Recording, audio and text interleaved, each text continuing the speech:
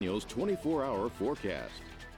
And the news in the weather world this evening, we've gone from potential tropical cyclone officially now to tropical storm Fred, which sits just south of Puerto Rico here. And it looks like the center may be a little bit further south than we had thought initially earlier on. But we do have a center now, and it is going to continue to work its way up towards Hispaniola, the Dominican Republic area, which is going to struggle a little bit. And I think that the biggest difference now between the earlier forecast cone and the one here is this one brings it a little further towards the north and doesn't quite downgrade it the way that it did. And if it's able to thread this needle, it may see a slightly stronger storm trying to make a run through the Keys and on into the eastern Gulf. Now, still don't think that this is going to be much of a threat here to Louisiana. I think that the biggest area of concern is likely going to be the Big Bend. And I think that if it does kind of work its way through this waterway here without any kind of issues, may end up seeing a strong tropical storm, maybe borderline hurricane, as it does get into the eastern Gulf. So that's the change with the 10 o'clock bulletin. We'll get into that in a little bit greater detail coming up here in a couple of minutes.